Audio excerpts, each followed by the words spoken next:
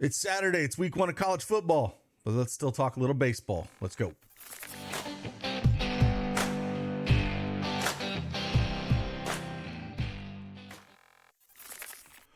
Hey, good morning, everyone. It's Craig Ben, aka Cash Cake, back with an MLB Prizepicks video.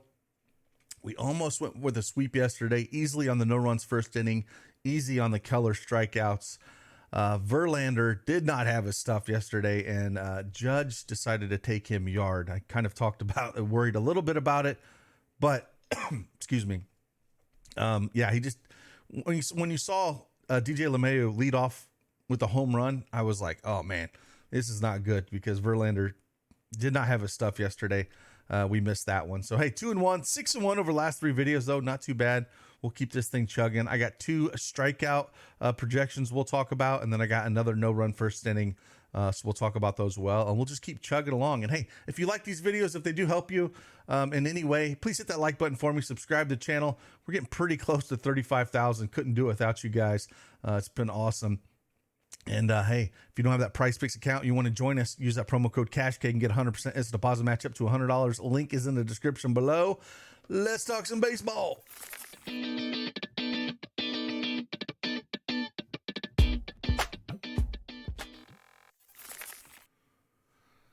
All right.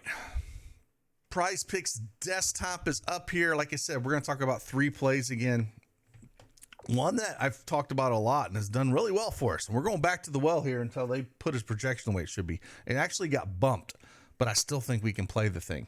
But first, let's go over and check this out real quick. PrizePick, go over to dailyedgesports.com, my website that has a lot of the tools that Diddy's been working hard at putting together that I use every single day. We're continuing to improve these things, but just pulling up strikeouts real quick. And he's the top of the board here in our projection EV tool. If you kind of look at the plus EV stuff, the line's at 3.5, is at minus 155. It moved to 4, but we haven't projected for 5.11. I do like that. And I'm talking about Javier Assad. 4 strikeouts here. I think we're going to go back to the well here. We're going to go at him. We're going to go back to Cincinnati. Cincinnati is ranked 2nd in the last 30 days in strikeouts against right-handed pitching at a 29% clip. So there's quite a few guys that strike out in this lineup. If we go back, excluding yesterday's pitching, we can look at right-handed pitchers. Logan Webb put up 6 strikeouts against these guys. Cobb 8, Davies 5, Sassoni 5. Merrill Kelly on the 24th put up 12. A lot of right-hand guys have been getting to these guys, and we just look at the lineup and kind of see what they've been doing. And it's not like Assad has like a massive, awesome strikeout numbers. He's only 19% against righties, 16% against lefties, but really good against righties overall in general. But this lineup, the last 30 days against right-handed pitching, just whew.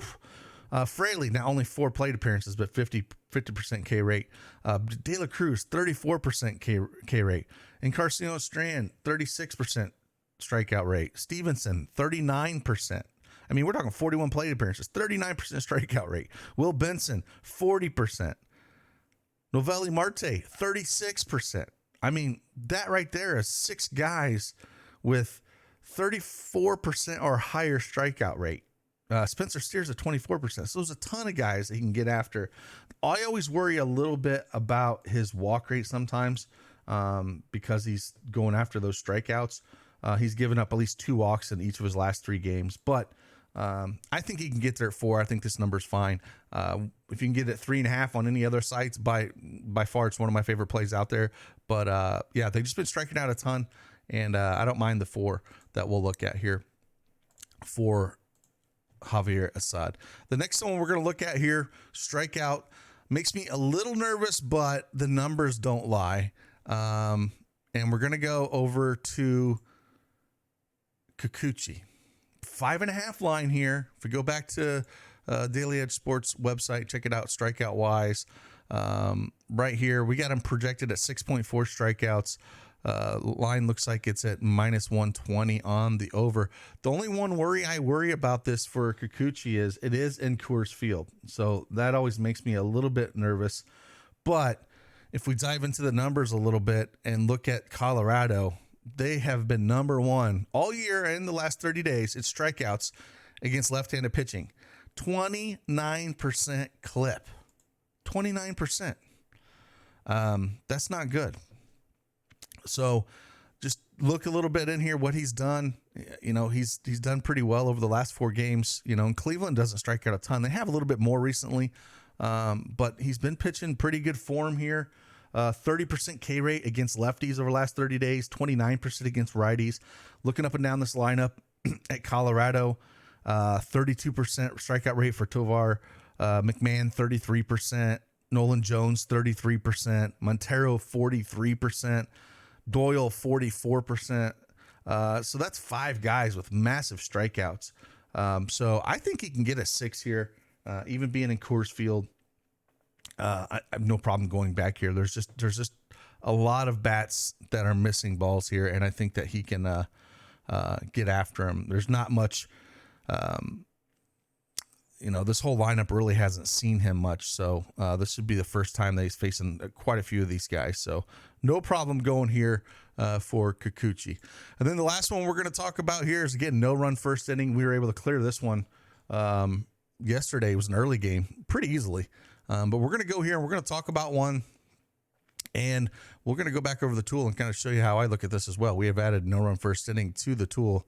And we take out strikeouts. And if we kind of just sort by projection, number 2 is the one I like here. It does have Blackburn and Canning, though. Is number 1 is what we have projected at 0.53 runs. So it's the best one on the board according to projection. But I like number 2 a little bit here with Logan Allen and Little. And that's the one I'm going to go with. Less than, no runs first inning. Kind of look what they've done for the year. Zach Little's perfect 9-0, not giving up around the first inning, 5-0 on the road. Logan Allen 13-7 getting up around the first inning, but 7-3 at home. Juice on this on some of the places that are out there around -130, -135 and under. And we usually don't find these on PrizePicks much, just because they tend to like to pull them and mix a bad pitcher with a good pitcher. You see that a lot. But I think this one we can get. Like I said, if you want to look at the Blackburn Canning, we can talk about the numbers for that one since it was number 1. We can see Canning is 10-7 overall, no runs first inning, 6-4 away. So he's been struggling. But Blackburn's been really solid, 12-3, no runs first inning for the season, 6-2 at home. So Canning's the one I worry a little bit there. Oakland's been hitting a little bit better, but these